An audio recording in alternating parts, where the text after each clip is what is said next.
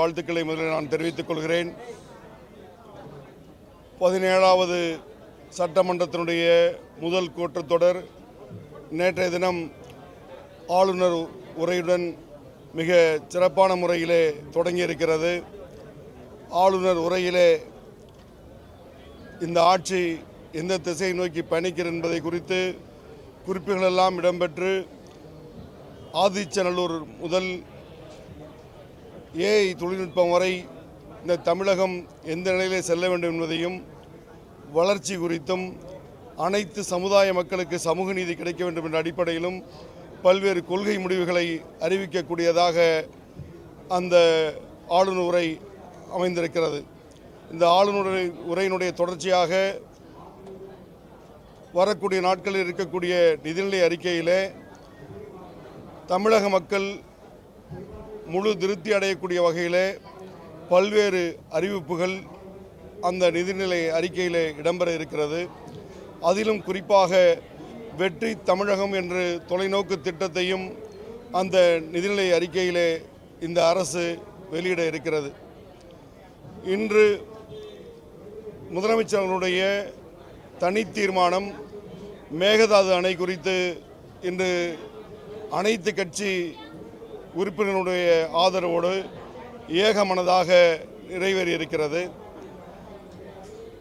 தஞ்சை காவிரி படுகையைச் சேர்ந்தவன் என்ற முறையிலே விவசாயிகளுடைய குமுறல்களும் இன்னல்களும் நன்றாக அறிந்தவன் என்ற முறையிலே இந்த மேகதாது அணை எந்த வகையிலும் கட்டப்படக்கூடாது என்பதில் இந்திய யூனியன் முஸ்லீம் லீக்கும் உறுதிபட இருக்கக்கூடிய காரணத்தினால் முதலமைச்சருடைய தனி தீர்மானத்திற்கு இந்திய யூனியன் முஸ்லீம் லீக் தன்னுடைய முழு ஆதரவை இன்று வழங்கியிருக்கிறது.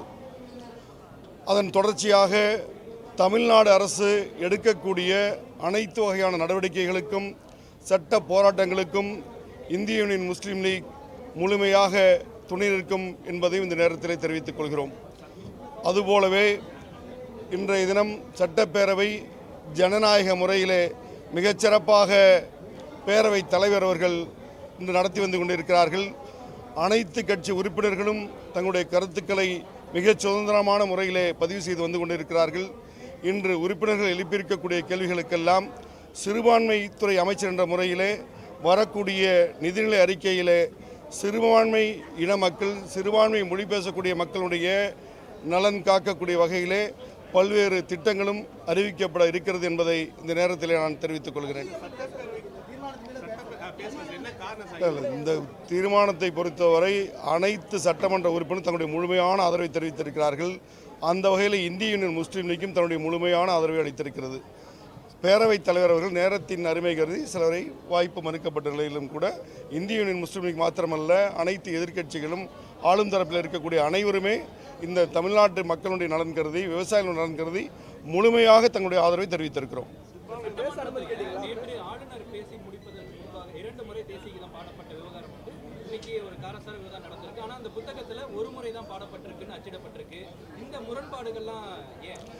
இந்த முரண்பாடுகள் என்று எடுத்துக்கொள்வதை விட நம்முடைய தமிழ்நாட்டை பொறுத்தவரை, தமிழக மக்களை பொறுத்தவரை தமிழ்தாய் வாழ்த்திற்கு முன்னுரிமை அளிக்கப்பட வேண்டும் என்ற அடிப்படையிலே முதலாக தமிழ்தாய் வாழ்த்து பாடி முடிக்கப்பட்டது.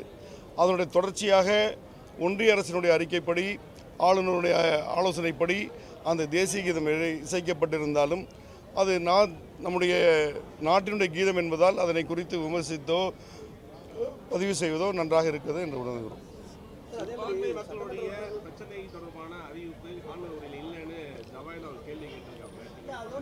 அந்த ஆளுநர் உரையில் சிறுபான்மையினருடைய உரிமைகளுக்காகவும் சிறுபான்மையினுடைய வளர்ச்சிக்காகவும் பல்வேறு திட்டங்கள் இடம்பெறும் என்பதை அதை குறிப்பிட்டு சொல்லியிருக்கிறார்கள். அதைவிட குறிப்பாக இந்த அரசு மதச்சார்பின்மை காக்கக்கூடிய அரசாக முழுமையாக செயல்படும் என்ற குறிப்பும் அந்த ஆளுநர் உரை இடம்பெற்றிருக்கின்ற அடிப்படையில் வரக்கூடிய நிதிநிலை அறிக்கையிலே மிகச்சிறப்பான அறிவிப்புகள் நிச்சயமாக இடம்பெறும்.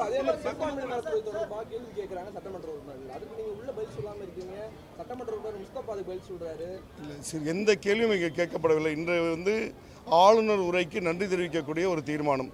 சிறுபான்மை சமுதாயம் சார்ந்து என்னென்ன நலத்திட்டங்கள் இந்த அரசு தர இருக்கிறது என்பதை குறித்து மானிய கோரிக்கையின் போதும் வினாவிடை நேரத்தின் போதும் நிதிநிலை அறிக்கையின் போதும் மிக தெளிவாக நிச்சயமாக சொல்லப்படும்.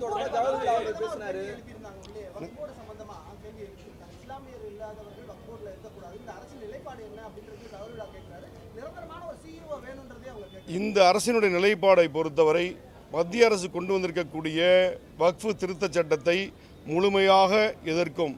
அதற்கான சட்ட போராட்டத்தை இந்த அரசு நிச்சயமாக மேற்கொள்ளும் என்பதை உறுதியோடு தெரிவித்துக் கொள்கிறோம். இன்றைய ஏற்கனவே உங்களுக்கு கேட்ட கேள்விக்கு சொன்ன பதில் தான் இருக்கும். இன்று நன்றி தெரிவிக்கக்கூடிய ஒரு தீர்மானங்கள் அடுத்த கட்டமாக இருக்கக்கூடிய மானிய கோரிக்கையின் போதும் நிதிநிலை அறிக்கையின் போதும் இவர்கள் கேட்கக்கூடிய கேள்விகளுக்கு நிச்சயமாக அரசினுடைய அறிவிப்புகளாகவே வெளிவரும். சட்டமன்றத்திலேயே உங்களுடைய பதிவுகள் இருக்கணும் அப்படின்னா ஒரு நிமிடத்திலாவது உங்களுக்கு வாய்ப்பு கொடுத்துருக்கலாம். ஏன் அந்த வாய்ப்பு கூட உங்களுக்கு வழங்கல? காலத்தின் அருமை கருதி பேரவைத் தலைவர் அப்படி முடிவெடுத்திருக்கலாம். இருந்தாலும் எங்களுடைய ஆதரவை ஏகமனதாக அனைவருமே தெரிவித்திருக்கிறோம். ஒட்டுமொத்த இருந்தாலும் அன்றைக்கு தீர்மானம் எப்படி வந்திருக்குது? தமிழ்நாட்டு சட்டமன்ற பேரவைகளில் இருக்கக்கூடிய அனைத்து உறுப்பினருடைய ஏகமனதான தீர்மானம் என்பது பேரவைத் தலைவர் அங்கே அறிவித்திருக்கிறார். அப்போ அங்கே இருக்கக்கூடிய அத்தனை கட்சிகளையும் அது உள்ளடக்கிய தீர்மானம் தான் அது இப்போது உங்களுக்கு சொன்னது போல முழுமையாக வரவேற்கிறோம். அரசு அதற்காக எடுக்கக்கூடிய அனைத்து முயற்சிகளுக்கும் அனைத்து நடவடிக்கைகளுக்கும் இந்திய யூனியன் முஸ்லீம் லீக் முழுமையாக துணை இருக்கும் என்பதை தெரிவித்திருக்கிறோம். நன்றி.